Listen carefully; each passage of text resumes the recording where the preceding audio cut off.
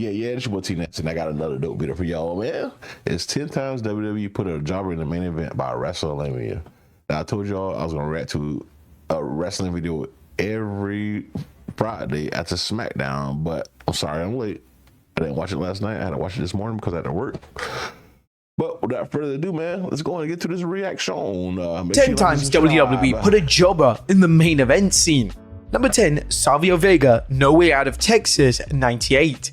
Due to Shawn Michaels' established problems with his back, he was unable to compete at the No Way Out of Texas pay-per-view in 1998. Due to HBK being the face of the entire company at the time, they were going to need to deliver a huge name as his replacement. This name had to have a similar star power as HBK, and this was a pay-per-view main event that they would be competing in. Unfortunately, WWE decided to go with Savio Vega. The awkward nature of Vega's big reveal was laughably bad, as the crowd watched on in total bewilderment that this was the name that WWE thought was appropriate for the match. According to Vega, when the finish of the match was being put together, it was decided that he wouldn't be the one pinned as it was far too obvious. Well, when this happened, they said it has to be Savio, cannot be nobody else, have to be him, so they put me there. Now they're looking it over. Well, what's going to be the end, they say? Well, it cannot be on Savio because it's going to be too obvious. In the end, it was Stone Cold who gave Road Dogg the pin. Number 9, Snitsky, Survivor Series 2004. One of the main storylines on Raw in late 2004 was between Kane and Snitsky.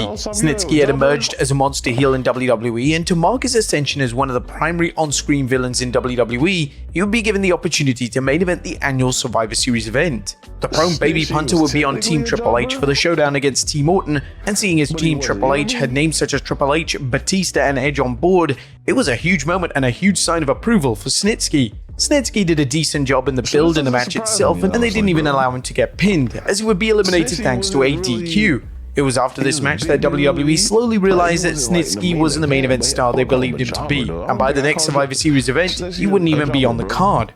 Number 8, Mabel SummerSlam 95. SummerSlam is the WWE's second biggest event of the year, and the pay-per-view event has hosted some of the most legendary matches in WWE history.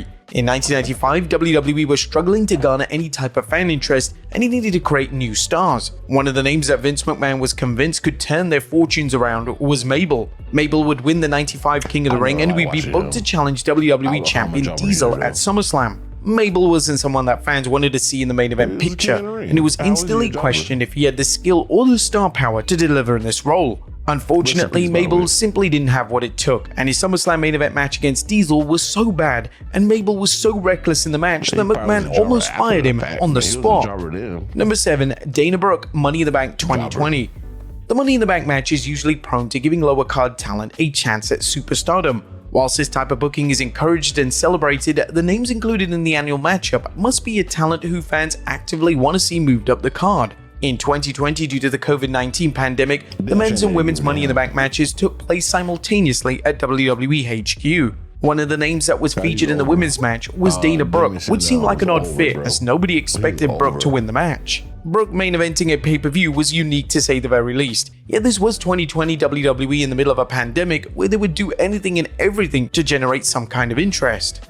Number 6, Lacy Evans, Extreme Rules 2019. It's well documented that the WWE product wasn't in the best place in 2019. Vince McMahon had completely lost his way as a booker, and the majority of the shows were either frustratingly bad or just simply boring. One of the more questionable pay-per-view main events from this time was the main event of Extreme Rules 2019. McMahon would book Seth Rollins and Becky Lynch to take on the duo of Baron Corbin and Lacy Evans. Evans had only been on the main roster for a few months, and it was crazy that she was already main eventing a major pay-per-view. This booking move led to instant criticism, as some fans were questioning if Evans was even ready for the WWE main roster, never mind a major match on pay-per-view. Number 5, Faroo, King of the Ring 97. WWE were slowly turning the corner in 97 as they were embracing elements of the Attitude Era, and the fans were gradually switching the product back on for the first time in years. But they were still struggling to create a thriving main event scene. The main event of the 97 King of the Ring saw The Undertaker defend the WWE title against Faroo. Faroo is without a doubt a legend of wrestling, yet in 97, nobody was pushing to see him in a title match in the main event of a pay-per-view event. The match was passable, yet the only purpose of the match was to further the other storylines, most notably the ongoing story arc between the Dead Man and his longtime manager Paul Bearer. Number 4, Jinder Mahal, Backlash 2017. Following WrestleMania 33, WWE decided to go in a wild and unexpected direction with their main event scene on SmackDown. Jinder Mahal, who'd been a jobber in WWE, was suddenly going to be thrown into the main event picture, and he was going to main event the 2017 Backlash pay-per-view. This move led to extensive criticism, and when WWE made the call to crown Mahal as the new champion, a portion of the audience turned their backs on the WWE product. Mahal would then main event numerous pay-per-view events throughout 2017, and whilst he did the best job he could in a difficult role, WWE ultimately set him up for colossal failure. Number 3, Michael Tarver, SummerSlam 2010. Jinder, I think, at the time he got in shape, he had the look. He had his promos is amazing. Like he was a great heel champion. I think a lot of people hate the fact that he became champion because he was a jobber for so long. But at that moment when he fought Randy Orton in that Pujumi, whatever you want to call that, he wasn't a jobber at the time, bro. And he held that championship well, I think, as a heel champion, bro. Like he really did. I think he held his own, bro. And it sucks that they went away from him. They could have kept him in the main event, I thought, because it does great ring work, you know what I'm saying? Promo skills, he makes you hate him. He was a great heel. I didn't see a problem with Jinder Mahal being a champion, honestly. My problem was that he held it that too long, I think. I think they probably could have moved on from him a little earlier. But from other than that, I think he did a phenomenal job, bro. And it shows that he's not in the WWE no more, bro.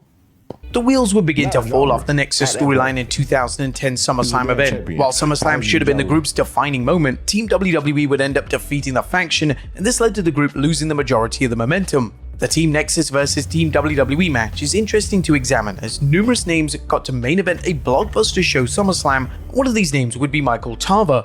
Tarver never truly achieved anything of note outside of the Nexus faction, and this main event match at 2010 SummerSlam event was arguably his biggest moment in WWE. Number 2, Mike Knox, No Way Out 2009.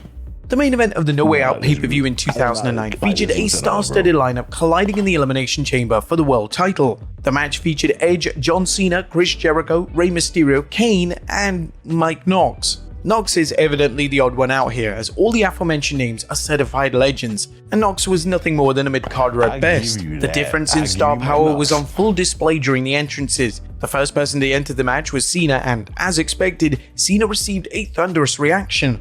Knox would then follow, and it was like thousands of fans had just left the arena because it was that quiet as Knox made his way into the chamber. WWE even made the bold call to have Kane eliminated first in the match, and they did try to present Knox as somewhat credible, yet the crowd just couldn't care less about anything he did. It was appreciated that a young star was featured amongst the array of legends, as WWE did need to make new stars at the time, yet Knox was just an incredibly unusual fit. WWE did try this formula the next year, as it would have names such as Kofi Kingston and John Morrison featured in the chamber matches, but these were names that fans without question wanted to see in these huge spectacles. And number 1, The Spirit Squad, Vengeance 2006. Whenever WWE makes the call to have a non-world title match main event at pay-per-view, it always leads to controversy. Some fans believe that the world title should always be the pay-per-view main event, as after all it's the top prize in the company and WWE should present it as such. One of the times that WWE believed a match was bigger than the world title was in 2006, specifically at the Vengeance pay-per-view. DX had just reformed and they were to take on the comedic stable known as the Spirit Squad on pay-per-view. Whilst it was wonderful to see DX back together, did their match against the Spirit Squad need to be in the main event slot of the pay-per-view? The WWE title match on the broadcast was Rob Van Dam versus Edge, and this could have easily been placed in the main event slot of the show. The interesting thing about the marketing for the show was that whilst DX was heavily promoted, the poster for the pay-per-view featured a face-off between Edge and John Cena, and simply had a DX logo spray painted over it. In this promotional poster, Cena had the WWE title, so it looked like the initial plan for the show was another match between Edge and Cena for the WWE title. But there you have it, folks. 10 times WWE put a jobber in the main event. A good belt, but like I think it should have changed from the spinner belt like a long time ago. But because Cena was some 9 minutes, this was John Cena's thing, they kept it. But I hope y'all enjoyed the video. Barring